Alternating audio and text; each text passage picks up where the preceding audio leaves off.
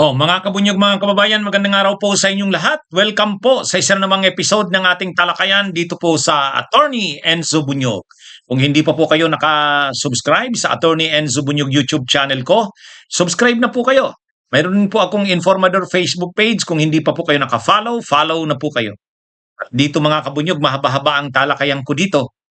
Kaya yung mga nagsasabing attorney, late na naman ako, patapos ka na. Papasok ko pa lang. Yun kasi sa ibang social media platforms ko, maiksi ang talakayan. Pero dito, mahaba dito. Kaya lagi na kayong sumubaybay sa talakayan ko dito sa Attorney Enzo Bunyog at sa Informador. Dito, tatlong topics ang dinidiscuss ko. Kaya mahaba-haba tayo. Okay? Ito mga kabunyog, handa na ang PNP sa pagdating ni Saldico.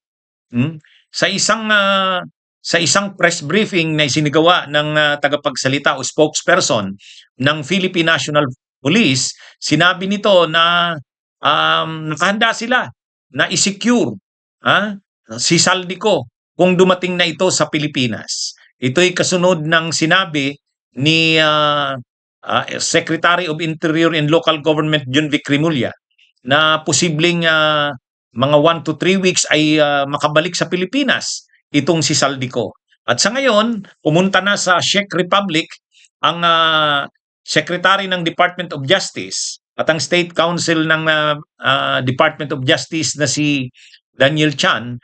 Magkasama silang pumunta ng Czech Republic sa Prague para tingnan, para makikoordinate kung posible na mapabalik na sa Pilipinas itong si Saldico, mga kabunyog.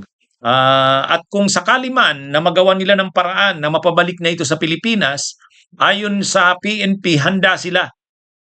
Handa silang i-secure ang pagdating ni Saldico hanggang sa ito ay ma-turn over sa BJMP o sa kinauukulang jail facility na itatakda ng korte. Ito kasing si Saldico, syempre masyadong controversial yan, high profile yan na fugitive from justice at mayroong mga nagsasabi na delikado daw ang buhay nito, pero sabi naman ng PNP, hindi, wala dapat ikatakot. Kaya nilang i-secure itong si Saldico. Ang mangyayarian niya pagdating nito sa airport, ito'y dadalhin nila kaagad sa PNP, sa Camp Crame, para doon ay i-book at kunan ito ng mga mugshots, at pagkatapos ay i-report na ito sa Sandigan Bayan kung saan ito ay may mga pending na warrant of arrest. Pagdating sa Sandigan Bayan, ang Sandigan Bayan ang magpapasya kung saan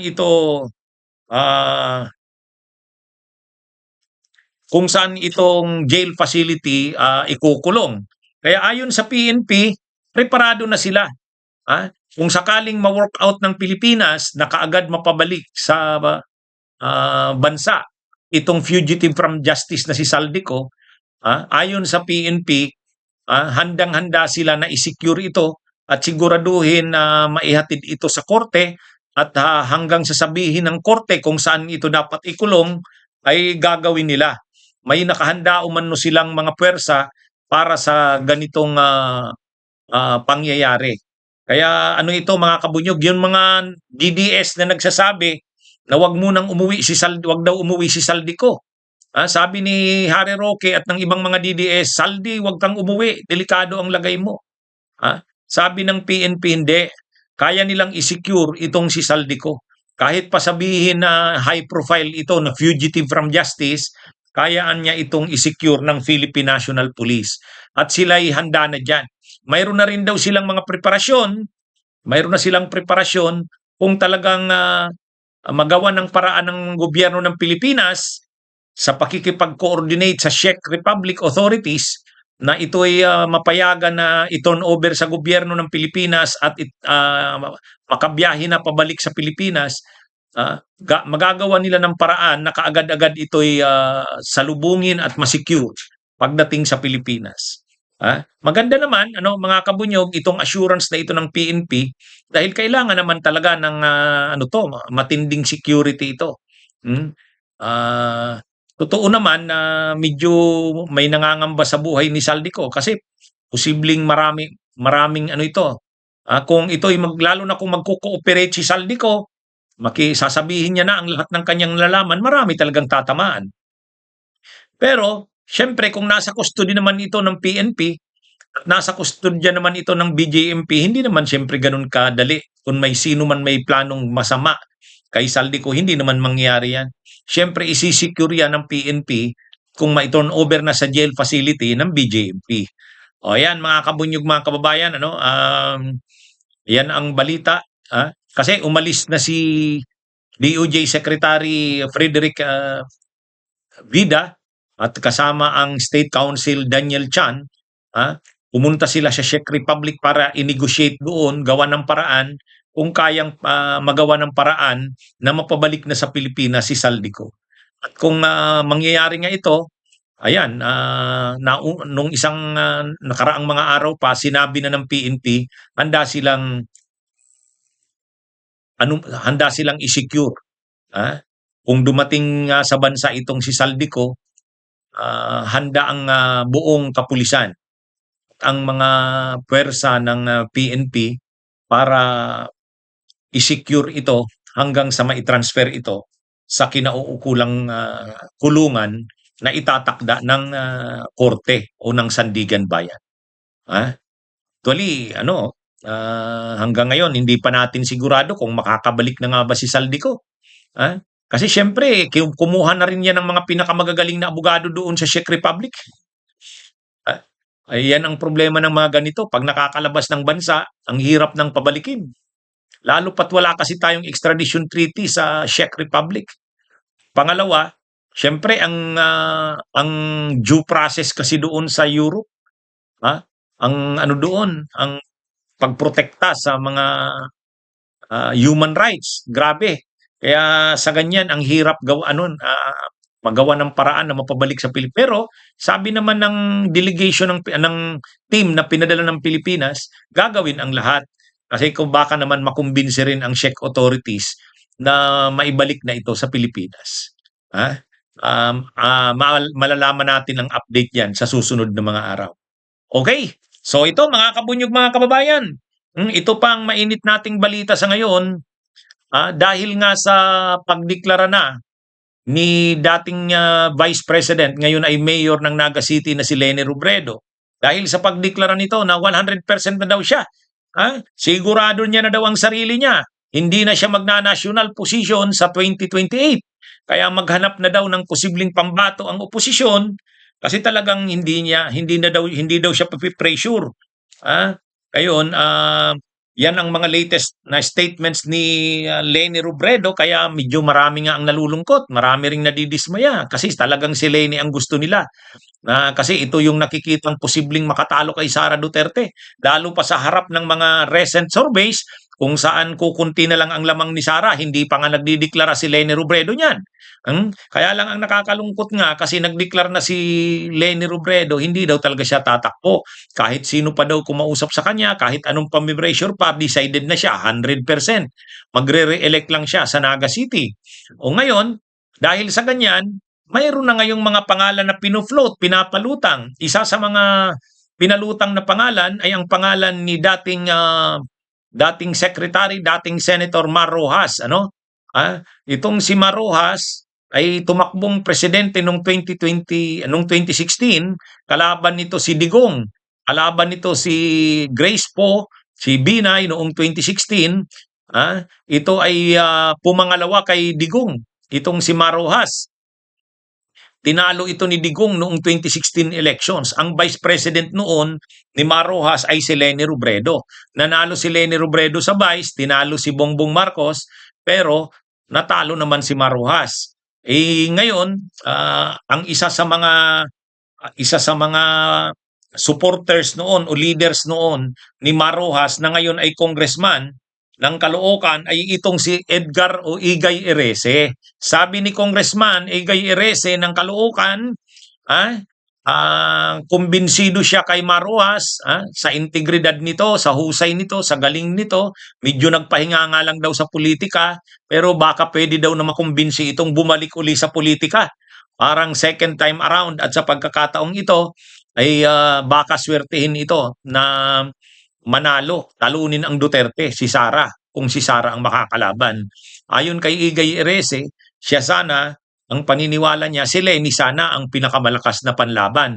Kaya lang, kung ayaw nga ni Leni, naghahanap ng posibleng panlaban, pino-float niya, pinalulutang niya, sinasuggest niya ang pangalan ni Marujas. Ayon kay Erese, sayang din si Marujas na hindi nanalo noong 2016. Masyado kasing naniwala ang tao kay Duterte, pero nalaman na din naman ng mga tao, maraming tao ang nakita na nabudol ng Duterte, kaya siguro may tsansa ngayon na si Marujas ay baka naman manalo na ito kung ito ang maging pambato. At kung susuportahan ito ng oposisyon, ng Pinklawan, ng Dilawan, at susuportahan din ito ng administrasyon, malakasan niya itong si Marujas. Alam naman natin na si Marujas, siyempre identified yan sa liberal, ang lulo niyan, ang founder ng Liberal Party At saka liberal talaga yan. Pero at the same time, pinsan niya si Lisa Araneta. Araneta yan si Marujas Mar Araneta Rojas.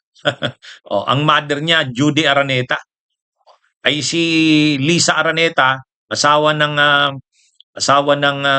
Pangulo ng Pilipinas, ay Araneta din. Ang asawa rin ni Irene Marcos Araneta ay Araneta din, si Gregi Araneta. Kaya kumbaga, kung titingnan, parang madaling pagsamahin ang oposisyon at administrasyon kapag si Marujas. Ay kaya lang ang tanong, may plano pa kaya si Marujas na bumalik sa politika? Yan ang malaking katanungan.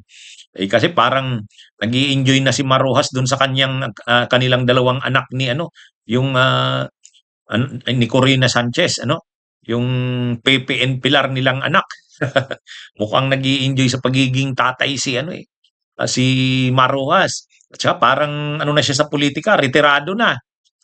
Kaya lang baka ewan natin dito kay Igay Erese kung nakakausap niya si Marujas.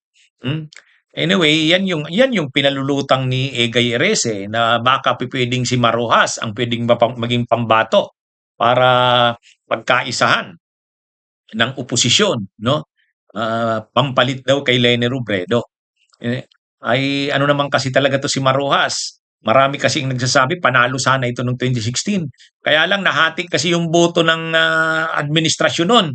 Kumandidato si Grace po Ang boto ni Marujas more than 9,000, ang boto rin ni Grace po more than 9,000, 9 million. 9 million kay Marujas, 9 million plus din kay Grace po. Sayang, nahati.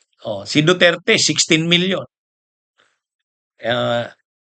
Kung hindi nahati yung boto, panalo daw sana si Marujas. May mga nagsasabi ng ganun. Kaya kung babalik ngayon si Marujas, baka naman may tsansa na. Anyway, yun na nga ang tanong. Willing ba si Marujas na bumalik uli sa politika? Kasi nagpahinga na yan Ang last na naging pagbo niya noong 2019, yung 8 Diretso na natalo nga. After nun, parang ayaw niya na. Ayaw niya na sa politika. Pero dahil nga magkaibigan yan sa kasi Igay Erese, ay baka naman nakakausap ni Igay Erese, hindi lang natin alam.